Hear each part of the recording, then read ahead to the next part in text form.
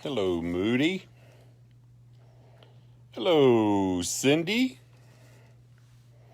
I'm going to wait just a few minutes here and let a couple other people sign on. I want to thank everybody. I want to say happy Mother's Day to all the mothers out there. I want to give a shout out to everybody that's watching. Illustrious Sir Buddy Grayson, Melanie Phillips, Mama Albritton, Sean Cochran. All right. So I'll give you a little bit of background before we really get deep into the story here. The story that I'm going to tell tonight is a true story. Happened to a friend of mine. I've known him 25 years, so don't know any reason for him to tell a story or anything like that. But I did witness a few things. I can collaborate with this story because I was there and I witnessed some of the stuff that happened. So tonight's story is about a Dybbuk box, or a Dybbuk box, spelled Dybbuk. For those of y'all not familiar with a Dybbuk box, you can Google it. Again, I'm not a supernatural expert on a lot of this, but I do know certain things. I do know that the Dybbuk box is basically a Jewish box that houses either entities or demonic spirits or an evil spirit of some sort. Supposedly, the only way to get rid of it is a rabbi has to come in and take care. And not all rabbis, just like when you want to do an exorcism, you got to have the right priest to do this. You can't just have a priest do it. So there's a special rabbi. I do know that the rabbis do not like doing this. Years ago, when I was interested and learned about a Dybbuk box, I asked, a lot of y'all may remember Howard Cooper. I worked with him back at Freeman Jewelers at a corporate office back in like 95 through like 2006, 2007. And then we were in the shrine together and everything. So he told me a little bit about what a Dybbuk box actually does. A lot of the Jewish community don't like to speak of one because supposedly if you speak of one, then you're drawing attention to the spirit and the spirit can latch on to you. Just by looking at a Dybbuk box or being in the presence of a Dybbuk box can be very terrifying, and something could latch on to you. Hope I'm not too shaky. My cool selfie stick didn't come in. So get yourself some popcorn here. We're going to start in a minute. I got this big old thing of popcorn here. I got from GTC. They were selling it this weekend. You could ride by. They get you some popcorn. So I'm going to put that right there because I'm going to have some as soon as we are done. So let's get started. So my story, I had seen this show about a Dybbuk box, and it intrigued me. And it was about a man who apparently bought one at a yard sale for his mother, and all kind of crazy things happening. So that story, you can look that up whenever you want. That's not my story. My story actually deals with Crown Villa Apartments, again in Georgetown. The guy that was there that I spoke of, I'll give you his first name, and I know he's watching. I did turn off my comments, so I can't see all the comments, so that I can focus more on the stories this time. I get distracted, and I'm sorry. I want to say hello to everybody. I promise I'll give you shout outs once this is done. But so his name is Richard. He's got 3 children. He's got a girl. I'm not going to mention the children's name to protect them, but Rich did say I could mention him, and he's on here. So it shouldn't be too hard to figure out who I'm talking about. If you want to verify, Rich, if you don't mind, if you'll do a couple comments or some thumbs up, let me know you're watching and that I'm telling the story exactly the way you told me and exactly the way we both experienced it. All right, so I got to talking to Rich about it because he's into some paranormal stuff too. Not as deep as I am, but he said he had watched it, and yeah, it freaked him out. A couple days later, he was looking on eBay and said he found one. I said, well, be careful, man, because those things, you don't know what's BS and what ain't. You could be wasting your money, but not only that, it could be BS. You know what I mean? So he said, well, I'm going to buy it. So he bid on it, and he won it. He got it. He told me when I saw him that he had won it, and they're shipping it to him. So I told him whenever it came in, let me know. What came in, and he let me know. I told him I used to paint apartments over there, and I said when I come to paint an apartment, I'll come check it out, which should be about a week. So when I met up with him a week later, he said that all kind of strange things was happening. He had said that when he first got the Dybbuk Box, he didn't open it. He kept it in the downstairs closet. He lived in a 2-bedroom townhome, and he kept it in the downstairs closet where you walk up the stairs up on the shelf, because he didn't want the kids to mess with it and stuff, just in case anything was happening. So he kept it up there all boxed up. He said about a day later or two, the kids would tell him weird stuff like, hey, something kept me up all night. Something was playing with my toys, stuff like that. So then as little by little, he said that the kids would say that they would start seeing things happen, other things happening in their rooms and stuff, and they'd come running downstairs scared to death. It was crazy stuff happening. He said when he decided to finally open the Dybbuk Box, which was early December, he had gotten this sometime in November. So he had probably had it a couple weeks. So he decided, hey, I'm going to open this thing and check it out. So he took it outside and to open it up. That night, early December, this is probably 4 or 5 years ago, there was a real bad apartment fires at Crown Villa. One of them just happened to be my mom's at Crown. No BS. Rich, if you're online, give a thumbs up or something. Let them know I'm not BSing this story. The apartment's caught fire. Put about 5 or 6 families out for a good while until they could rebuild those apartments and everything. It's pretty sad. A couple weeks before Christmas and everything, so it's pretty sad. So that happened. Then he said his oldest child, which was his daughter, started cutting herself. And that he couldn't figure out why, and he kept trying to get her help, and took her to the hospital and stuff like that and everything, and they couldn't find out why. And so he had asked her, why are you doing this? And he said she said that she didn't know why, that something was telling her to kill herself. So this is pretty serious stuff. He was very worried, like any father would be.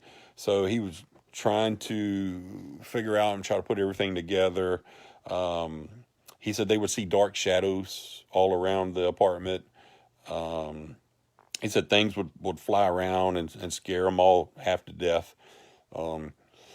Said that the twin boys would run downstairs and their hairs were sticking up on their arms, screaming, saying they didn't want to sleep in their room, stuff like that. He did say that one time that they had an antique doll that used to sit up on the TV, and he said that the antique doll would turn its head sometimes and everything. It would be facing one way, and then they'd be watching TV and just kind of notice, and the doll would slowly move its head to the other side. Said it used to creep them out really bad. That would freak me out, because dolls are spooky to me anyways. I don't care what kind of doll you have. Dolls are spooky. So he said that happened, and then he said that anytime that they were around the box or wherever the box was, it would be 15 to 20 degrees colder wherever they would be. He said that there's still some crazy stuff that goes on there. So where I come into play to this, he had told me about it. I said, well, what do you want to do with it? And he said, I want to get rid of it. I said, well, how about if we try to resell it on eBay? So he said, I don't care. Yeah, let's do that. Let's do whatever. So I said, okay. So me, like an idiot, I put it in my Ford Explorer. And this of course was a couple months later or whatever. So I was with a friend, um, and he can verify this if he's watching. I went to his store. He had a little store, and he said, "Come around back, and I've got some stuff I want to donate, to the haunt or whatever for you guys." And I was like, "Great." So I pulled around, had my truck in park. The Dybbuk Box was in my back seat, and I got out and was getting the stuff from him. And he said, we sat there and talked for probably a minute or two. And then all of a sudden he said, "Hey, take a look at your truck."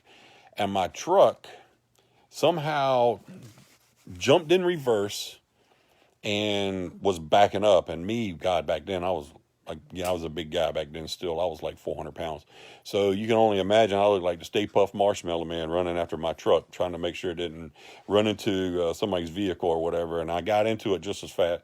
Andy was like, "Hey man, I was, I didn't know you could move so fast." Well, I was pretty scared. When you're scared, you can move, Jack. And I was booking. So anyways, let's see, they gave it to me. I decided that I was going to try to sell it on eBay. So I was headed to the haunt because I had just got some stuff donated for the haunt. That's when my truck backed up and jumped up out of park into reverse somehow and was backing up, and just took off. So I get to the haunt. I'm the only one there. I'm unloading the stuff he gave me. I take the haunt box. I stick it. There's this middle corridor you walk down when you first go into the haunt, and you go to the middle. We call it the middle section. And I put it back in there. And I thought, when we start working on the haunt again, I'll take some pictures and stuff, maybe, or or whatnot. Well, then I got to thinking, and I'm like, no, you know what? I'll go ahead and take some pictures now and put it on eBay. So I took some pictures and everything, and I put it up. I put it on eBay. I got a lot of stuff about it being fake, and this is a scam. And so I just took it down, and I said, hey, maybe we'll incorporate it into the haunt or something, or whatever. Several months later, we're all at the haunt. There's we always have a lot of volunteers that come and help, and a lot of them are high school kids and things like that. And I hadn't been in the haunt because once we've finished, we're so burnt out and tired, we don't want to go back for a while. But again, I had gotten some stuff donated, and I had to go there, so I put everything in there, including the Dybbuk box. Fast forward till about April, May, somewhere around then. I got a phone call from a guy at Gulfstream, and he was a bigwig. And he said, "Hey, Patrick, a friend of mine said that you guys do a lot of volunteer work. I want to know if I can help volunteer." And I was like, yeah, I guess, because it was so weird out of the blue. And he said, "Well, I want to be honest with you. The reason why is I got a DUI, and I need some community service hours. 9 times out of 10, I do everything through the front office. But I figured, hey, this guy's a big wig at Gulfstream, and he had a DUI. He came, he gave me his name and everything. I talked to his probation officer, and she said, yeah, that it was just a DUI. So there was nothing really to worry about. The guy was a great guy. He just had to do 20 hours. So he comes in that Saturday. There's a bunch of us there. There's probably 15 or 20 of us there, and we're working. We're excited about the haunt. And what we always do when we first get started is there's a huge cleanup. We clean up everything, and then we start kind of tearing down some of the rooms, and then we start kind of organizing all the stuff that's just been thrown in, because, again, when we're tired at the last night, we throw everything in, and we say, hey, we'll worry about it whenever we... And it is a big deal to us, and we always have like a little cookout or something whenever we do that, whenever we go to start. So the guy shows up. I introduce him to everybody, and... he's like, what do you need me to do? He's like, I'm a great organizer. And I said, great. We've got all kind of stuff here nobody likes to do. That seems like the job that sucks. So he goes, I'm your man. So I took him back there and I said, all these boxes over here, you know, I want you to put them here and organize this and that. So he's like, yeah, no problem. So I'm outside getting the guys started, and I'm around the other side, and I got everybody working. Everybody's working fine. I tell everybody, hey, y'all, it's almost lunchtime. I'm going to go get us some pizzas. Don't ask me why, but, you know, pizza seems to be a haunt worker favorite meal because it's fast, you know, plus it's $5. So I went and I said, I'm going to go get pizza. I'll be back in about 30, 45 minutes. When I get back, we'll have lunch. I came back, I brought the pizzas, and I was yelling for everybody to have lunch. And the guy said, hey, you got a second? I said, yeah, I got a second. He said, I found something weird when I was going through all the boxes. And I said, okay, well, what'd you find? And he had it sitting out. And I said, where did you find this? Because I thought I had it pretty well hidden and way away from where he was supposed to be. And he said, oh, I just was kind of moving all these boxes, and I was happy to see that over in the corner of my eye, and I decided, hey, let me pick this box up too. So he picked it up out of the box, took it out of the box after I had taped it up and everything again. Like that's going to help, I was hoping. And I said, man, you didn't open this box, did you? And he's like, yeah, I did. And I said, where's the box that it came in, the packing box? And he goes, oh, I ripped it up and threw it away. It's in the trash somewhere. And I was like, oh, man, you know, oh, you shouldn't have did that. I said, did you actually open this box? And he says, yeah, there's some weird stuff in there, man, like candle drippings all over the place and some weird writings inside, and there was like some hair and this, and I was like, oh, no, man, you shouldn't open this box. And he goes, well, what's going on? Well, tell me about it. So I told him about it. I told him the story, and he laughed at me, and he said, yeah, I don't believe in that crap, man. I just don't. That's not my cup of tea. You know, it's not my thing. And again, this was a pretty high up there, smart, intelligent Gulfstream employee, and the guy was really articulate with his words and everything, if that makes sense. So he was just like, okay, whatever. I said, well, we've got pizza out here if you want to come get you some pizza. And he goes, yeah, that sounds cool. So we go outside and he gets him a piece of pizza, and his phone starts blowing up, and it's his wife. And his wife is saying, hey, the alarm's going off. I got something on my phone saying the alarm's going off. And he said, I didn't get an alarm. And then his phone started going off. So he says, hold on, guys. And so it was one of the alarm company people on the phone and was saying, hey, there's been a break-in at your house. We've got the glass alert. The police are on the way. And his wife was scared to death. And he said, I got to go. He just took off. He said, I got to go, Pat. I'm sorry. So he took off. I had his number. I started texting him about an hour later. I was like, hey, are you okay? Is everything okay? He sent me a quick response and said, no, everything's not okay. My house was broken into. I'll call you soon. I was like, okay. So we're wrapping up and everything. It's about 4 or 5 o'clock, and he comes pulling up. And he said, hey, you're not going to believe this, but somebody broke into my house, and the police don't know anything. It looks like somebody broke from the inside out, and there was nothing missing. He said, but on my bookshelf, I've got all these like religious type books and everything. He said, and they were just pulled out, like somebody just took them and just threw them all out, and they were everywhere. He said it was the craziest thing.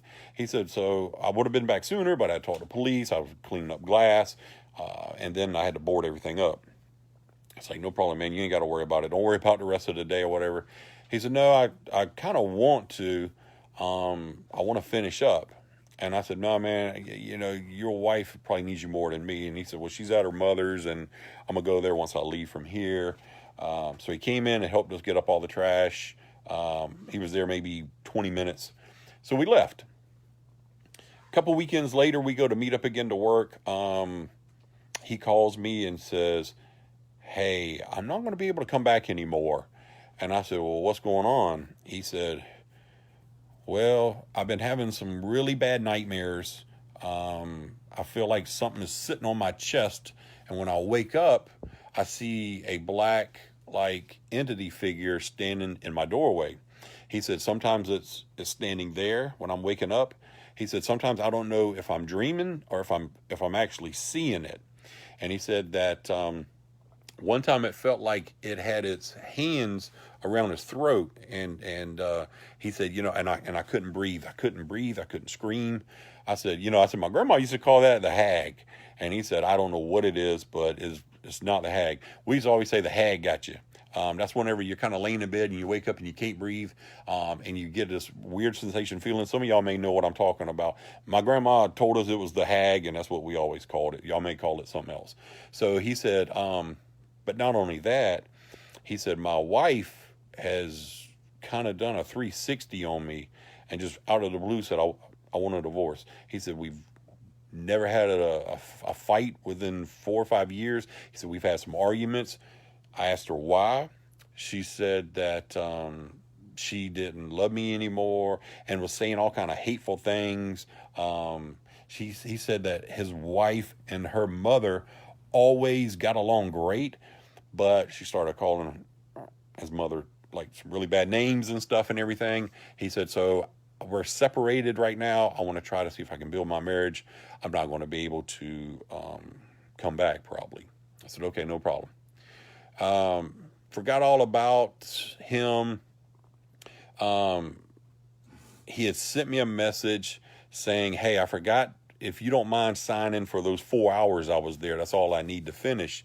And I said, oh, you got your other hours? He said, yeah, I went somewhere else. He said, but it's the craziest thing. He said, I was in the shower and I kept feeling like something was watching me.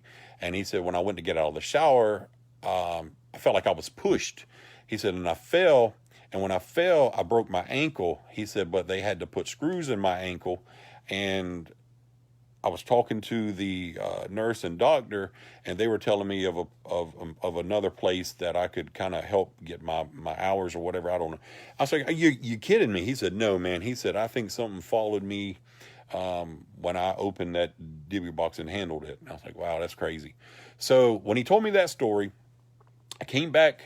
I told Miss Sharon, and Miss Sharon, if you're online, give me a thumbs up because you know what I'm about to say. So I told her the story, and I told Melanie, if you're online, there was quite a few of us, 4 or 5 of us, and I told them everything about that Dybbuk box. I said, it's not there. I don't know where it is. I can't find it. It's not sitting on the table where he left it. I said, and nobody has bothered all that stuff over there. I said, have y'all seen it? And they said, no, we haven't seen it. So when I told them the story and I told them all the scary stuff, they wanted to see it. They wanted to see what it looked like. Miss Sharon and Melanie, if you're there, give me a thumbs up to let everybody know that the story is true. So about 5 or 6 of us spent all morning and all evening looking for that thing. We looked up and down. I can tell you this, the 4 or 5 years that box has been missing, we've probably had a search party 3 or 4 times. And when I say search party, I mean several hours of looking and pulling everything out, opening every box, opening every, where it could have been stuffed. I asked the guy, did you take it? Did you throw it away? Did you do anything with it? No, I didn't do anything with it, man. I didn't want nothing to do with it after everything that happened. I left it sitting on that table where all the little walkie-talkies are. So that's our Dybbuk box story. There's some other stories that I'll tell you about, some weird things that happen inside that haunted house to us sometimes. You could be sitting there and you'll hear, footsteps and stuff. Sometimes you'll hear what sounds like some laughing and stuff like that. It's just creepy. That building inside to me is just creepy. Again, that's another reason why I don't go in by myself is because of that Dybbuk box. I don't think anyone has physically gotten hurt like he did, but I think because he was the one that was kind of taunting it and I don't believe in this and messing with it, I think he might have provoked something. He did say some kind of things that I don't know. If I was a spirit, I probably wouldn't have taken too kind to. Oh yeah, you think this? Kind of like the reporter who asked the wrestler, "Hey, this is fake," and ended up getting smacked a few times. I think that the entity may have smacked him.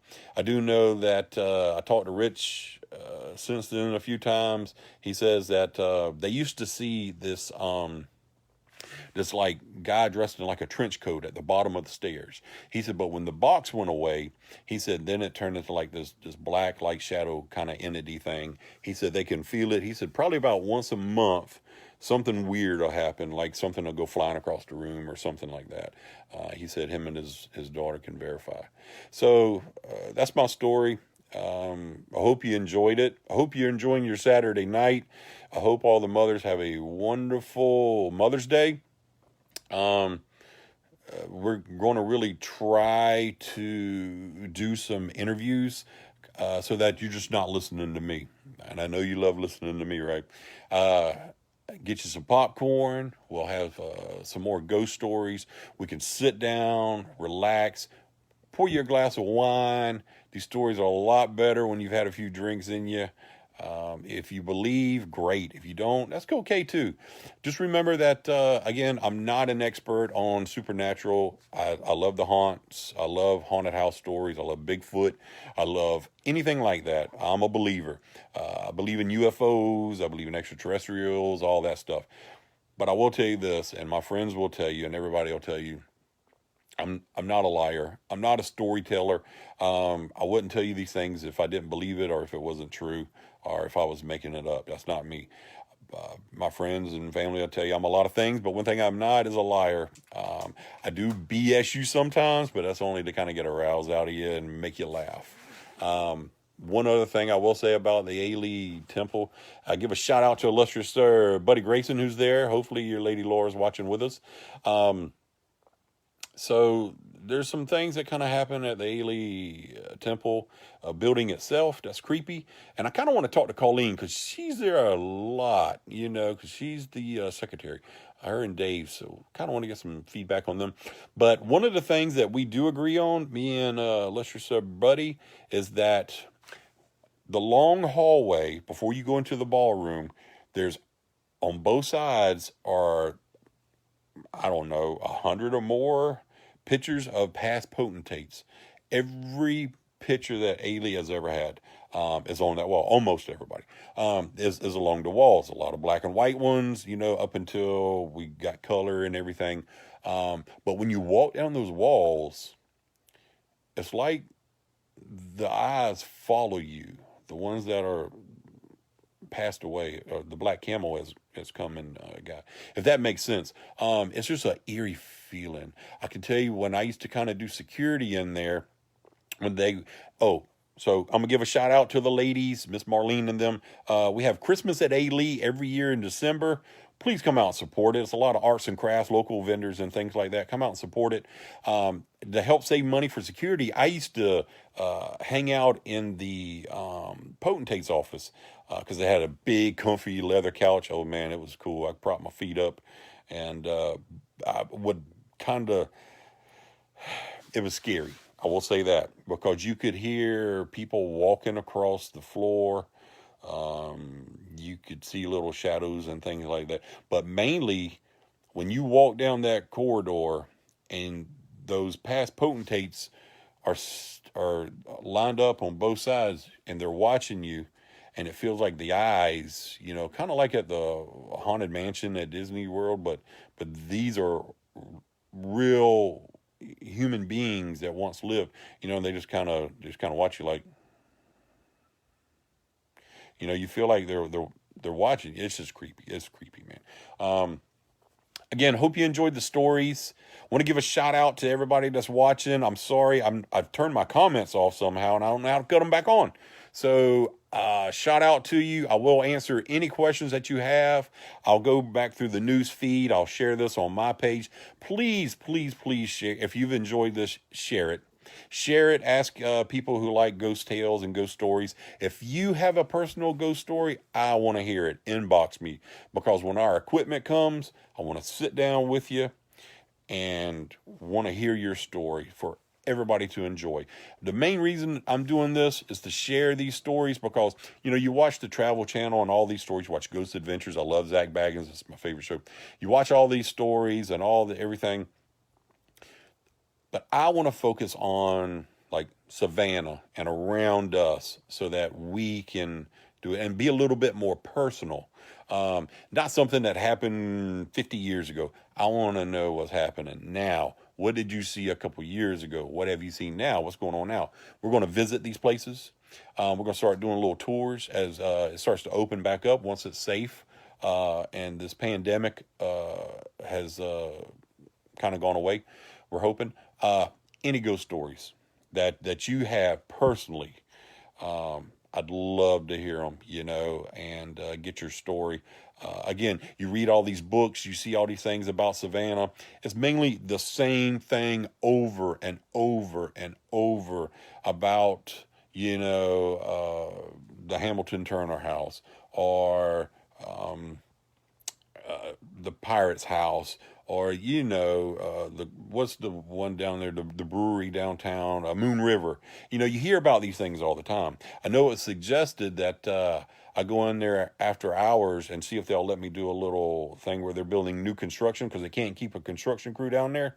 That may be a thing. Hopefully we can do that one night. And if so, I'll definitely let you know. One of the topics that I do want to cover, and I want to take a field trip. But I would like to invite anybody that'd like to go because I saw something and I've been doing some research on it. And apparently, where the homeless camp is on Truman, you walk through that section. It's kind of underneath the Truman, somewhere in that area. But there's an old either hospital or asylum or something like that that's haunted, supposedly. But it's way out, kind of past their camp. You got to go through the woods and everything and along the trails. So I'm going to check that out. Also going to check out, somebody asked me to check out Brooklet, called Ghost Road. Supposedly you can see a lantern. I've heard stories like that all the time. But we'll check it out for ourselves and see if it happens. We'll go live. So we're going to be doing a lot of things like that. Also, want to start talking a lot about Halloween costumes. When you was a kid, what was your favorite Halloween costume? What did you do? Did you have some crazy stories? What's your favorite scary movies? I'm talking scary movies. I'm not talking blood and guts and stuff like that. I'm an old-fashioned type horror guy. I like the 70s and 80s type horror. Yeah, there's some blood and guts, but not like it is now where it's just too much sometimes. Give me some ideas of what you'd like for me to talk about. Please subscribe to our podcast. Happy Mother's Day again. I can't thank all the mothers out there enough. Thank you all for watching. And until next time, I hope to scare you there. Good night, Savannah.